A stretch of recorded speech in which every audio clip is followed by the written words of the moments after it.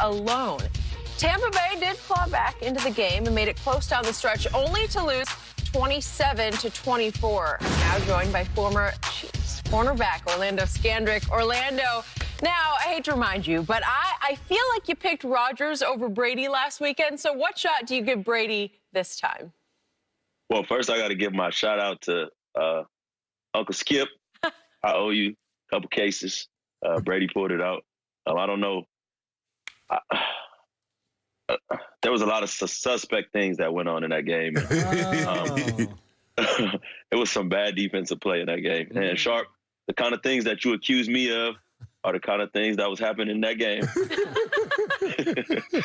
38-yard touchdown passes with 6 seconds to go. But no, I think the Super Bowl should be interesting. It's hard to bet against Mahomes. He's on a different level right now.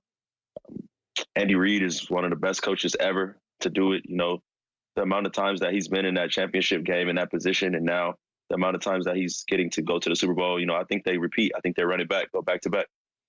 I agree with a lot of what you said, but I think Brady has a great shot to win, Skip. If you look at the line, Vegas thinks it's going to be a very close game also. If I'm not mistaken... Wait, did you just say a great shot? Yeah, I give Brady a great shot to win, Skip, because if you look at this, JPP and Shaq Barrett made Aaron Rodgers' life miserable. The Kansas City Chiefs are going to be without their 2 starting offensive linemen. They can make Patrick Mahomes' life miserable. Now, that's the question. Will they have the similar success getting to Mahomes like they had Rodgers? If they can't get to Mahomes, they cannot beat unless Mahomes is off and turn the ball over. Because the one thing that we've seen from Tampa's defense this postseason, Skip, they forced teams into turnover. They got 4 from New Orleans, they got 2 from the Packers, and they got 1 from Washington. So, and they've turned those into points. They're not kicking field goals. They're getting touchdowns when they turn you over. That was the excuse me. That was the difference in the game on Sunday. Is that Green Bay? Excuse me. Green Bay turned over the Bucs 3 times, got 6 points. They turned the Packers over twice and got 14 points. Well, that's the difference in your ball game. If Aaron Rodgers cashes one of those possessions into a touchdown, maybe we're having a different discussion. And so this is why I give Brady a great chance, Skip. Their defense is playing well. They are turning the football over, and then Brady's getting short fields and cashing in on those. But the key, and I said this yesterday, JPP and Shaq Barrett, they're capable of having a Von Miller-type Super Bowl 50. And if they do that, they can beat Kansas City. Okay. But the issue, one second. The issue was Tampa Bay played incredible in the first half on offense. Their third down efficiency was like nothing that I ever seen before. And I give credit to Tom Brady. But I just don't think that Patrick Mahomes is going to turn it over. And I just don't think that the Chiefs defense is going to be as bad as the Packers defense. All right, Orlando, before I unleash on this, back to you. Give us your insight, having played with the Chiefs in practice against Mahomes. Describe him to somebody who wouldn't know anything about him. Why is he as great as he appears to be at this young age? He's incredible. He's having fun with it. We always said when I was in the locker room, some people play football for money and some people make money to play football. And he makes money to play football because he just loves it. They all love it. They just work. You know, he trusts you. He trusts Tyreek. You know, he throws into double teams. It doesn't matter. Tyreek outruns him. Kelsey, you know, he doesn't get doubled a lot as much as he should, but he just wears out corners, backside of 3-by-1, wherever they put him, and just efficient. And then the running backs just run hard. They hold the ball. They catch it out the backfield. And they all, you know, they're all selfless guys. No one's selfish. No one's complaining when they're not getting the ball. Okay, now back to November 29th in Tampa, Kansas City. Mahomes throws it to Tyreek in the first quarter to the tune of 203 receiving yards in a quarter. I'd never heard of anything like that before. Carlton Davis stayed in single coverage on Tyreek for all of the first quarter and some into the second quarter. And you know what happened. And Mahomes throws for 359 in the first half. Mahomes threw for only 103 in the second half because the Bucs started drawing a bead on how to defend. They fell back into more cover 2 type zones, man underneath, but they played more zone. They started to get after Mahomes a little bit more in the second half, and Brady started to draw a bead on the Kansas City defense because over the last 3 quarters of that game, Brady threw for 313 yards and led 2 long scoring drives in the fourth quarter that did cut the score, even though it didn't look, it was much more lopsided than the final score appeared. But it was 27-24 with 4 minutes and 10 seconds left. And then all the credit to Mahomes and Andy Reid, because they just schemed him and tricked him, and Mahomes ran for 2 first downs, and they killed 4 minutes and 10 seconds of clock, and Brady never got the ball back. Right. So Mahomes got even with Brady, so to speak, for what Brady did to him in overtime at the game that Orlando watched out from the sideline, when obviously Brady never gave him the ball back in overtime because he converted 3 straight 3rd and 10s, which is impossible, to win that game. But I'm going to remind everybody, after this 27-24 loss came a very late bye week for Tampa Bay, not until week 13. And during that week, Brady fixed this offense. Brady added some play action. Brady added some motion that he had in New England that he'd never had under the no-risk-it, no-biscuit Bruce Arians offense. And all of a sudden, both the offense and the defense took off after the bye week. Since then, they've won 7 straight games. And to Shannon's point, the defense has gotten hot because what usually shows you how hot a defense is, they start taking the ball away, and it gets contagious, as Orlando knows. So I like where they are now. I like it that they went on the road and beat 3 straight top 10 defenses in Washington, New Orleans, and Green Bay. I like where they're setting, and I like Tom Brady as an underdog because Orlando, as I told you last week, there's one man in sports I never bet against, especially when the stakes are highest in the biggest games. LeBron James?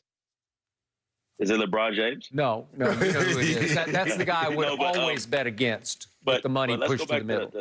Wait, are you talking about the guy who's now 4-6 in the finals? That guy?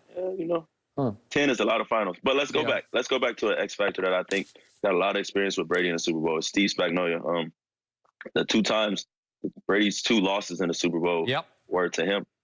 I think he has a great plan, and I think that this KC team is built similar to what the Giants team was built, with Chris Jones and Frank Clark, and then having Honey Badger as kind of their Mr. Do Everything. And I think that Brady is going to have a tough chance. I think he's going to throw the kitchen sink at him, and there'll be a lot of coverages mixed and matched. And it's going to be a game of chess all day.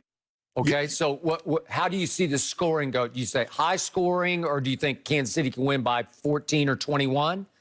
No. I think there's going to be a game that maybe 23-16, 23-20. I don't think there's going to be a bunch of points scored. The Chiefs can run the ball when they need to. Andy's one of those coaches that you're going to see game plan every week. It's not some coaches do what they do, but Andy, you're going to see game plan every week.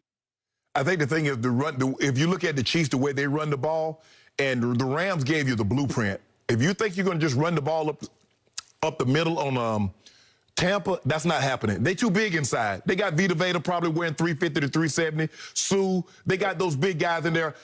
You're going to have to get on the edges to run the ball against them. And you see McCole Hardman, you see Tyreek with a lot of jet sweeps, and I think that's the way they're going to attack them. But here's another thing that's interesting, and correct me if I'm wrong.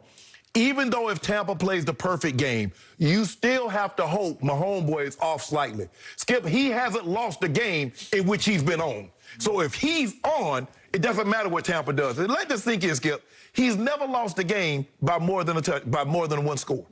Let that sink in. The man has been a starter for 3 years, and he has not lost a game. So it doesn't matter. And because they've done it so many times, they can fall behind 10. A lot of times teams fall behind in playoff games. It's a death sentence. Okay. Would you say that Mahomes was a little bit off in last year's Super Bowl? Early. What about late third quarter, early fourth? Look at the last game that he lost, he started, the Raiders. He was off just slightly. He completed a little slightly above 50% of his passes, threw an interception. 40-32, right? And he lost by 8. He was slightly off and he threw for 350. If he's dealing, it's good night. Kiss the baby, Skip. Put the baby to bed. Give the baby some warm milk and put him to bed. It's over. Late third quarter interception, early fourth interception, down 20-10. And what'd he do? Walk him down. What did I tell you he was going to do to Buffalo? Oh, I told him on Friday. I said, he going to spot him 10 points. Well, Mahomes turned me into a lie. He only spotted him 9 because the guy missed the PAT and then walked him down. He let you score the first 9. I'm going to go get the next 38. I give you another 8, 9 here and call it a wrap. That was against Josh Allen. Go ahead, O. It's going to be a hell of a game. You know, I can't count out time. I don't know what I was thinking. Like, I was trying to go with you, Shannon. I don't know what I've been thinking, man. But it's gonna be a game, and if anybody can unseat Tom, it's gonna be Patrick Mahomes. But it's gonna come down to the trenches, what the two defensive lines do, how they affect the quarterbacks, and it's what the Chiefs not having Eric Fisher gonna play a big role in it, and you know, but we'll see. That's that.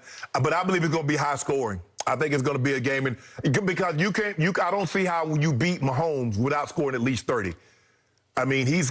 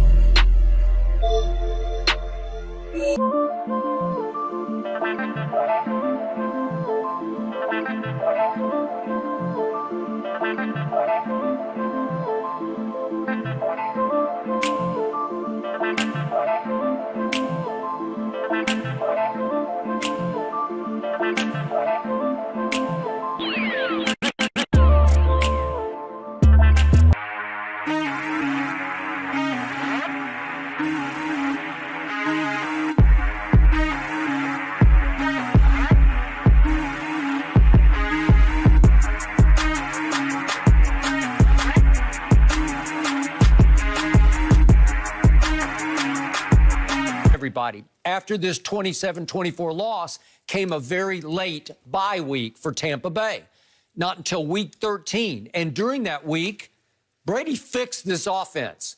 Brady added some play action. Brady added some motion that he had in New England that he'd never had under the no risk it, no biscuit Bruce Arians offense.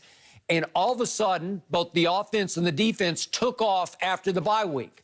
Since then, they've won 7 straight games.